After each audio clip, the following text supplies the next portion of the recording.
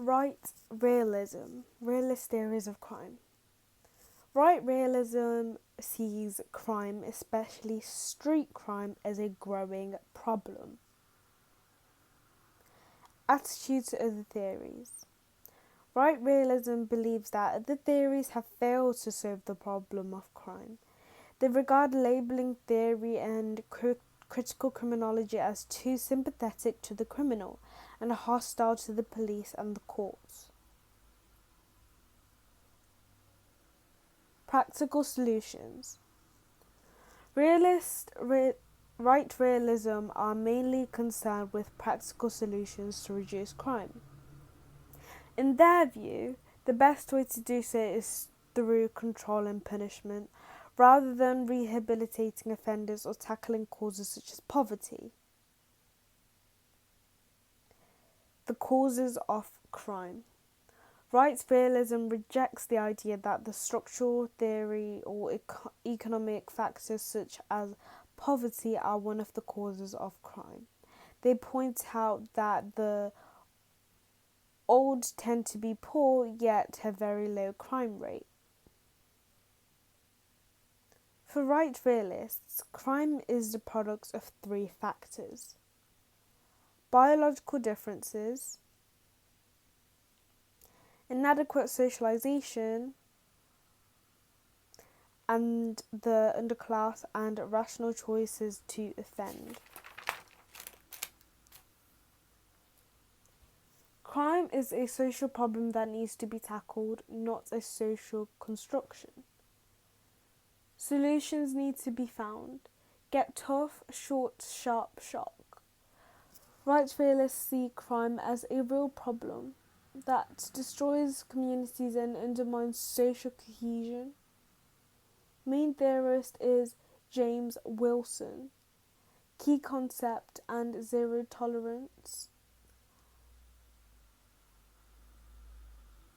Control crime through control and punishment rather than rehabilitation or tackling the causes such as poverty.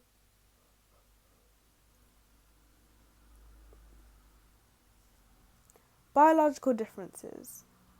According to Wilson and Herrnstein, crime is caused by a combination of biological and social factors.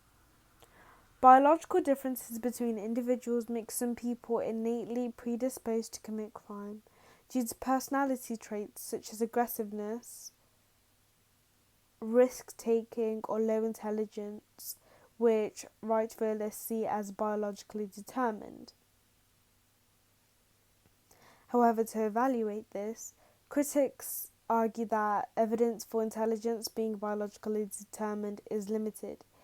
Even if it is, it may not explain offending.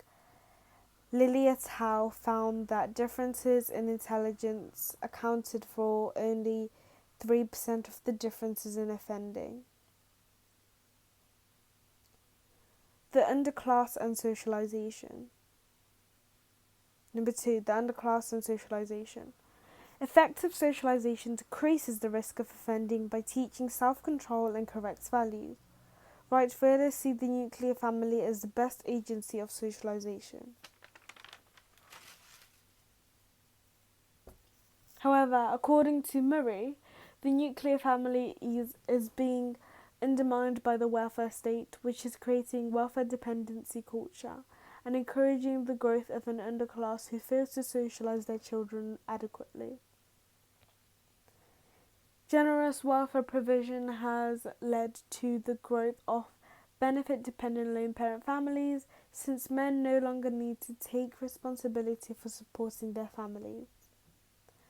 Absent fathers mean that the boys lack discipline and is appropriate role models, as they turn to delinquent role models in street gangs and gain status through crime rather than through supporting their families.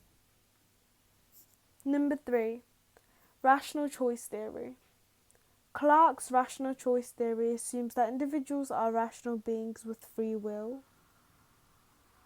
Deciding to commit crime is a choice based on a rational calculation of the consequences.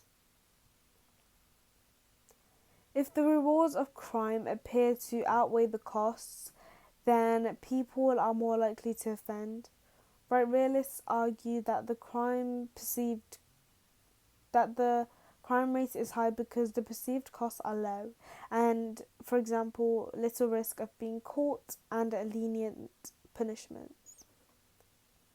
Felson's Rutile activity theory argues that for crime to occur, there must be a motivated offender, a suitable target, victim, or property, and the absence of a capable guardian, for example, policeman or neighbour.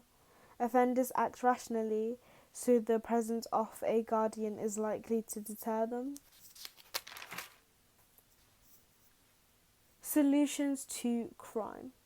Right realists believe that it is pointless to tackle the underlying causes of crime, biologically and socialization differences, since these are hard to control.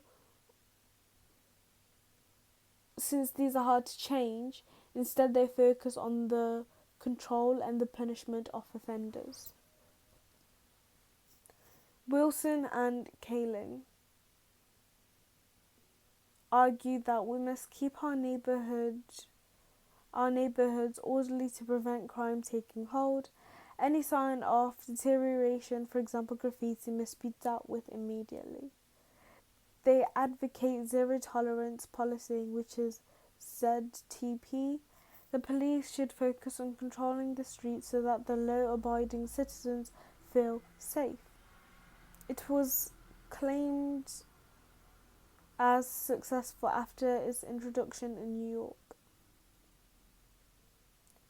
Crime prevention policies should reduce the rewards of crime and increases its costs. For example, target hardening, more use of prison. Criticisms of right realism. It ignores subcultural causes of crime, for example, poverty. It is concerned almost solely with street crime, ignoring corporate crime, which is more costly and harmful to the public. It overemphasizes control of disorderly neighborhoods, ignoring underlying causes of neighborhood decline. Young argues that crime was already falling before ZTP came in. Police then boosted their arrest rate by defining deviance up, arresting people for minor acts.